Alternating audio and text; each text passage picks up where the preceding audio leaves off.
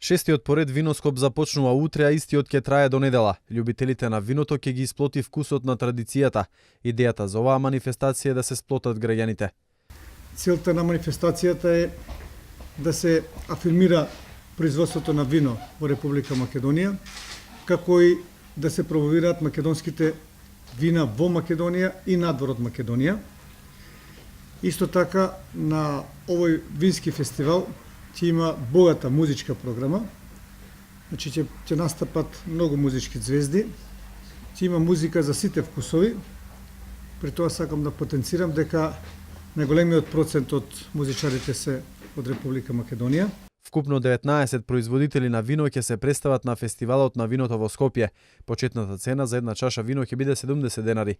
Виното и храната ќе може да се купат само со ваучери. Љубителите на виното ќе може да си купат и сувенири од Виноскоп.